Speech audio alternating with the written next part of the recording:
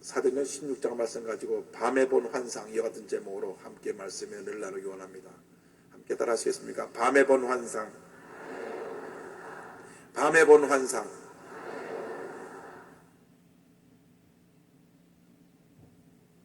우리가 세상을 살다 보면은 때때로 내가 원하던 대로 모든 것이 잘 되지 않고 모든 것이 다 뒤엉킬 때가 있습니다. 아무리 노력해도 문제는 해결되지 아니하고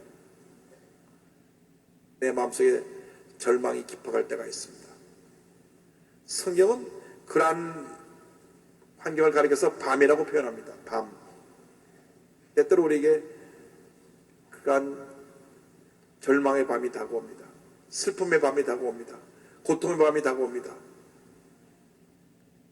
밤잠을 이루지 못하고 뜬 눈으로 밤을 새워가며 눈물로 베개를 적시는 그러한 고통의 밤이 다가올 때가 있습니다. 그러나 우리 예수 믿는 사람들은 그러한 절망의 밤 속에서 낙심하고 인생을 포기하지 않습니다. 왜냐? 밤이 깊으면 새벽이 밝아오기 때문인 것입니다. 절망의 밤이 깊을수록 희망의 새벽은 가까이 다가와 있는 것입니다. 우리 인간의 마지막은 하나님의 시작입니다. 우리가 할 수 없지만 우리 주님은 하시는 것입니다. 우리는 부족하지만, 우리는 연약하지만, 우리의 능력은 한계가 있지만 주님의 능력은 한계가 없습니다. 주님은 완전하십니다. 주님께서 절망의 밤에 우리를 찾아오셔서 우리 삶 가운데 놀라운 은혜를 베풀어 주실 것입니다. 우리의 앞길을 인도해 주실 것입니다.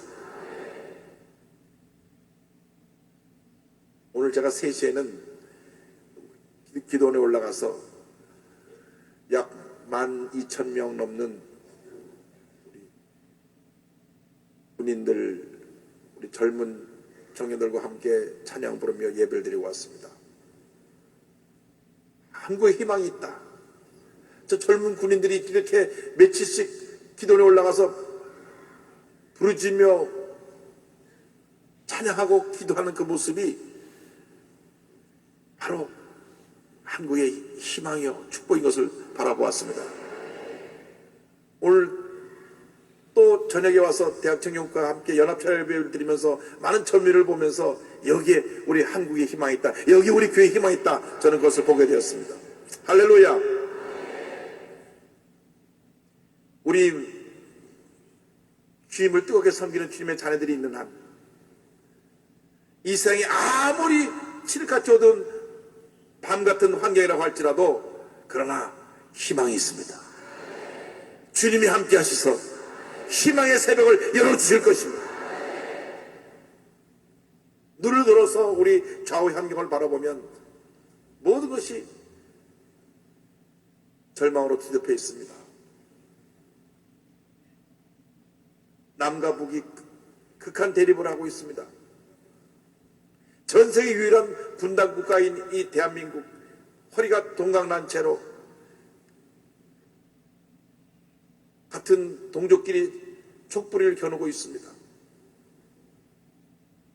그런데 반쪽 난 우리 이 남한, 우리 대한민국이 정신 차리지 못하고 사분오열되어서 얼마나 많은 갈등과 대립이 있는지 몰라요. 애들이 막 싸우니까 동네 어른이 와서 말리면서 그러더래요. 야, 싸우지 마라. 여기가 국회인 줄 아냐? 내가 국회의원 며칠 전에 저를 찾아왔길래 국회의원한테 그 말을 했어요. 오죽하면 이런 얘기가 나옵니까? 애들이 싸우니까 여기가 국회인 줄 아냐고 왜 자꾸 싸우냐고. 싸우느라고 국회를 하지도 못해요. 법을 만들고 법을 지켜야 될 분들이 밤낮 싸우느라고 자기들이 법을 지키지 못하니까 이 나라 이렇게 엉망이 된 것입니다. 뒤죽박죽 된 거예요. 많은 우리 크리스찬 젊은 국회의원들이 나와서 이것도 잘못된 모든 걸 뜯어 고쳤으면 합니다. 여러분들이 그 주역이 되시기를 바랍니다. 할렐루야. 하나님께 노래합니다. 속히 정치가 안정돼야 합니다. 사회 갈등이 사라져야 됩니다. 이 조그만 땅덩어리에 무슨 뭐 영남이 있고 호남이 있고 참 답답한 일이에요. 또 뭐 좌우, 뭐가 좌고 뭐가 우입니까? 한낱 이거 복잡한 일이 많아요. 노사 갈등이 있다 그러죠. 좌우의 갈등이 있다 그러죠. 동서의 갈등이 있다 그러죠. 밤낮 갈등이 있다는 거예요. 그러나 예수님 안에서 갈등이 없습니다. 예수님 안에서 대립이 없습니다. 예수님 안에서 문제가 없습니다. 이 세상은 절망이고 이 세상은 문제라고 하지만은 예수님 안에서는 희망뿐입니다. 예수님 안에서는 놀라운 주님의 축복뿐인 것입니다. 생명뿐인 것입니다. 하나님의 은혜뿐인 것입니다. 그래서 우리가 오늘 이 밤에 주님 안에서 회복하는 은혜가 있어야 됩니다. 하나님 아버지, 우리를 회복시켜 주옵소서. 사도 바울이 절망의 밤을 만났습니다. 그러나 그 절망의 밤이 사도 바울의 새로운 기회였습니다. 그런데 성령께서 사도 바울의 길을 막는 것입니다. 첫째로 성령의 길을 막으실 때 그 모습을 생각해 보기 원합니다. 16장 6절에 성령이 아시아에서 말씀을 전하지 못하게 하시거늘 그들이 부르기아와 갈라디아 땅으로 다녀가 성경을 말씀합니다. 16장 7절을 보면 무시 앞에 이르러 비두니아로 가고자 애쓰되 예수의 영이 허락하지 아니하시는지라. 사도 바울이 복음을 전하기 원했는데 성령이 그 길을 가로막았습니다. 그리고 다음 절에는 예수의 영이 그 길을 가로막았다고 말합니다. 성령은 예수의 영입니다. 여러분, 성령으로 충만하면 예수님 생각밖에 나지 않아요.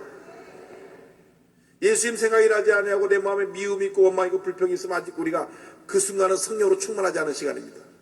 성령 충만하면 미움도 염려도 근심도 걱정 다 떠나가고 오직 예수, 오직 예수, 오직 예수.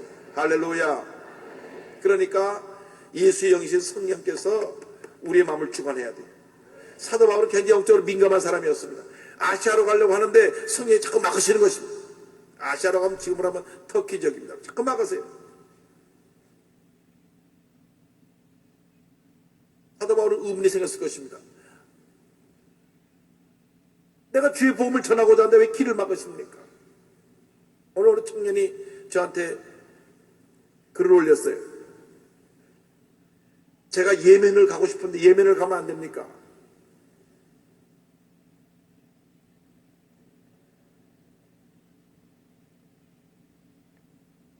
여러분, 가고 싶은데 가로막을 때가 있습니다. 성령께서 가로막을 때가 있어요. 그럴 땐 다시 한번 그 자리에 멈춰서서 주님의 뜻이 어디인가 살펴봐야 되는 것입니다. 성령께서 가로막을 때는 어떤 일이 있느냐? 자꾸 문이 닫히는 것입니다. 자꾸 길이 열려서 문이 닫히는 것입니다. 사도 바울이 아시아로 가기 위해서 부르기아로 갈라디아 땅에서 무시아로 비두니아로 계속 막히는 것입니다. 무시아로 가서 두로아까지 갔을 때 거기서 환상을 보게 됩니다. 그러니까 우리가 무슨 일을 하려고 할 때 길이 자꾸 막히는 것은 그것은 하나님께서 길을 막으시는 것입니다. 그때는 하나님께 엎드려 기도해야 되는 것입니다. 하나님, 저를 어디로 인도하시기를 원하십니까? 동시에 내 마음에 기쁨이 없고 불안할 때 이것도 하나님 막으시는 것입니다.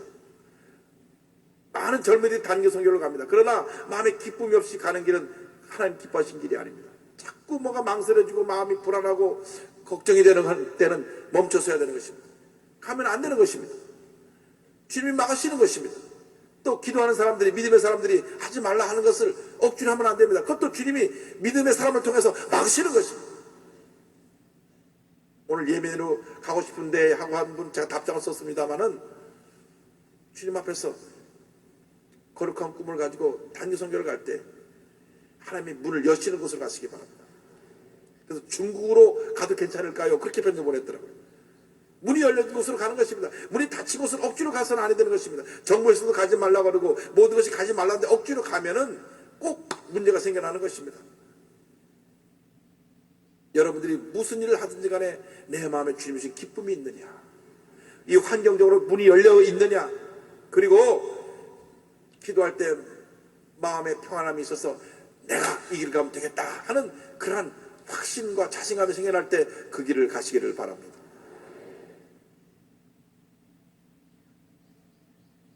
친구를 사귀어도 그래요. 요즘은 남자친구를 사귈 때 남친이라고 줄여서 말해요. 남친, 여친. 마음이 찜찜하면 만날 필요가 없어요. 그 왜 마음 불편하면서 만납니까? 왜 생고문을 당하고 있습니까? 내 마음이 맞아야 돼요. 안 봐도 보고 싶고 돌아서면 보고 싶고 무슨 유행가 가사 같으네. 그래야 사귐이 의미가 있는 것이지. 늘 찜찜하면서 끌려다니는 것 같은 그런 만남을 가질 필요가 없어요. 과감하게 끊어버려야 돼. 그때 머뭇거려 갖고는 아무런 의미가 없습니다. 제가 아는 모는 목사님 따님은요,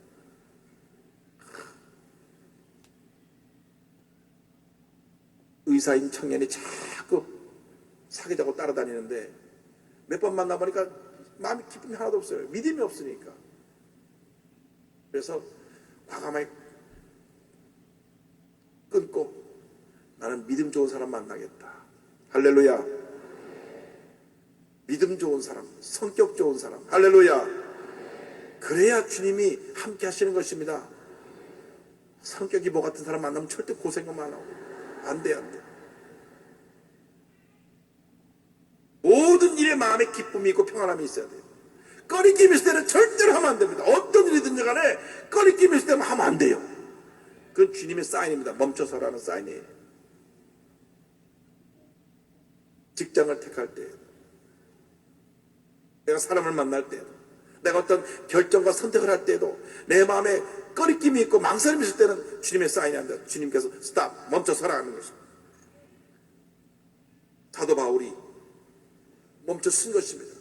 그때 우리가 어떻게 됩니까? 엎드려 기도해야 됩니다. 하나님 아버지, 제 마음에 주님의 뜻을 깨닫게 하여 주옵소서. 문이 열리게 하여 주시옵소서. 요한일서 5장 14절에 그를 향하여 우리가 가진 바 담대함이 이것이니 그의 뜻대로 무엇을 구하면 들으심이라.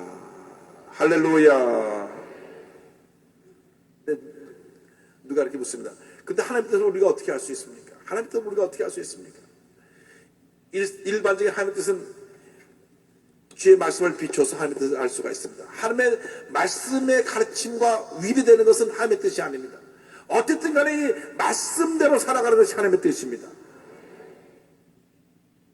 이 말씀이 우리의 삶의 유일한 삶의 표준입니다. 지침서입니다. 그리스도인의 영원한 교과서인 것입니다.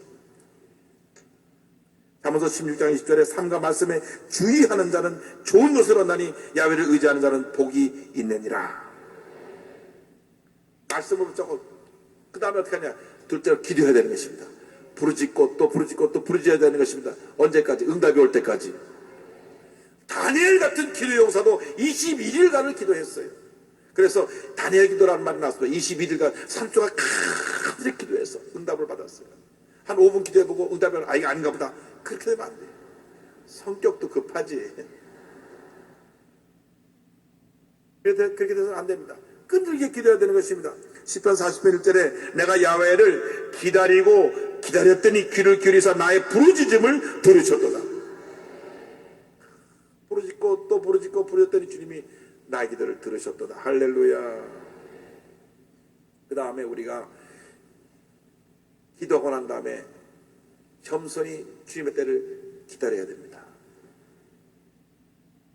주님이 내가 뭐라고 하고 말씀하시나 주님의 음성에 귀를 기울이시기 바랍니다. 이사야 55장 3절에 너희는 귀를 기울이고 내게로 나와 들으라. 그리하면 너희 영혼이 살리라. 여러분, 우리가 기도하면 주님께서 내 마음에 세면 음성으로 속삭여 해주시는 것입니다. 이제 가도 된다. 믿음으로 나아가라. 두려워하지 말라. 염려하지 말라. 걱정하지 말라. 주님의 음성을 들으시기 바랍니다. 그리고 믿음으로 나아갈 때 하나님께서 복의 복을 더하실 것입니다. 전 세계로 흩어져 나가 단기 선교하는 우리 많은 젊은 청년들이 이 같은 주님의 음성을 듣고 담대함을 갖고 나아가시길 바랍니다. 그것이 무슬림 지역이든 간에, 그것이 공산주의 국가든 간에, 그것이 어떤 신앙의 도전과 어려움이 있는 지역이든 간에 주님의 음성을 듣고 나아가서 주님과 동의하면 하나님께서 놀라운 역사를 여러분 삶 가운데 나타내 주실 것입니다.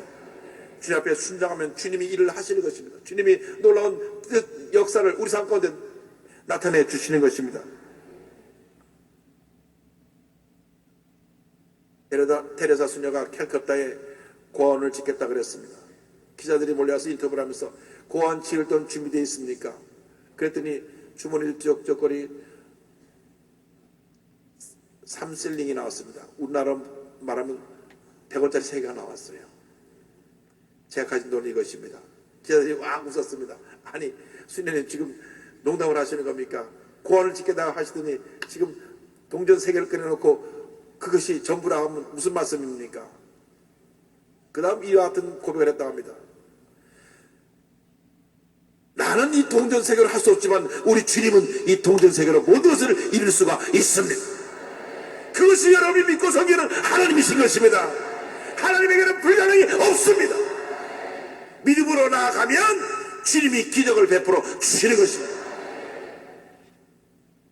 우리가 주님의 일을 믿음으로 하는 것이지 이상껏 다 준비해놓고 하려면 그 일이 이루어지지 않는 것입니다. 믿음으로 나아가면 주님께서 다 채워주시는 것입니다. 주님이 이루어주시고 주님의 영광을 받으시는 것입니다.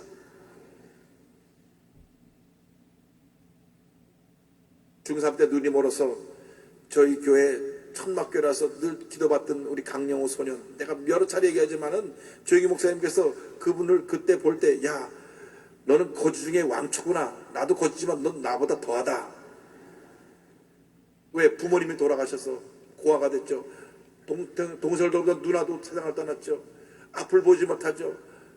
먹을 것이 없고 굶주리고 절망 가운데 불광도에 있는 천막교회 가면 눈을 뜰 수 있다더라. 병을 고침받을 수 있다더라. 그곳에 와서 조영기 목사님 기도받고 영의 눈이 떴습니다. 그래서 한국인 1세로는 하나님께서 그 삶을 인도해 주셔서 미국에 가서 미국 부시행정부에 7년 반 동안이나 차관급의 높은 위치에 있으면서 장애인들에 대한 모든 정책을 그분이 다 이행하고 큰 업적을 남겼습니다. 그 아들도 이번에 오바마 행정부에 들어가가지고 그 강영호 박사님 저한테 그러더라고요.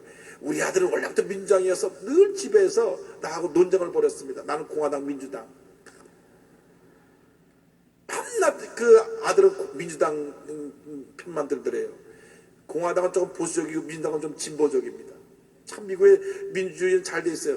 공화당이 한 8년 하다가 다시 민주당이 또 하고 서로가 정권을 주고받으면서 민주주의가 발전하고 나라가 발전합니다. 멱살 잡고 싸우진 않아요. 그런데 아들이 그렇게 아버지가 말하는 것에 늘 자기 주장을 하거든요. 이번에 오바마 행정부의 더 높은 위치로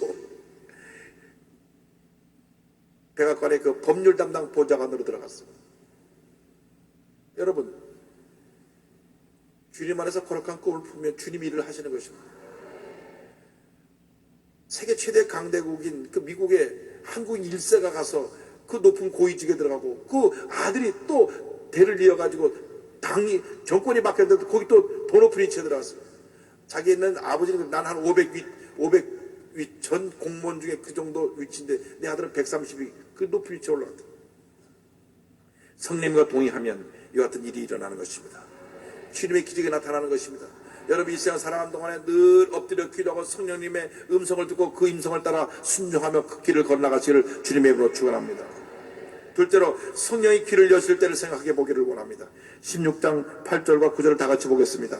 무시아를 지나 두라로 내려갔는데 밤에 환상이 바울에게 보이니 마게도냐 사람 하나가 서서 그에게 청하여 이르되 마게도냐로 건너와서 우리를 도우라 하거늘.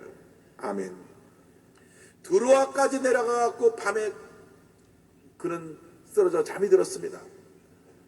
너무나 피곤하고 지쳤습니다. 아시아로 가려고 하는데 길을 계속 막으시니까 그 먼 길을 여행해서 결국은 두로아까지 와서 들어와서 피곤한 몸을 뉘고 쓰러져 잠이 들었을 때에 환상이 보였습니다.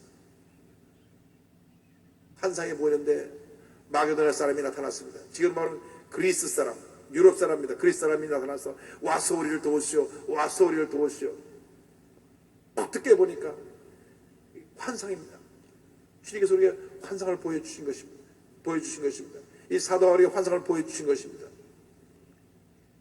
여러분, 밤은 때때로 우리에게 고통스러운 시간이지만 동시에 하나님의 예비된 축복을 기다리는 시간입니다. 할렐루야, 할렐루야. 그래서 밤을 만났을 때는요, 여러분 주님 안에서 아예 평안히 쉬세요. 어차피 새벽이 밝을 때까지는 시간이 많이 가야 되니까 밤잠 못 자고 눈물 흘리며 고통스러우고 그렇게 밤잠 못 이루고 괴로운 시간을 보내지 말고 주님 안에서 편한 잠을 자십시오. 새벽이 밝아오기 때문인 것입니다.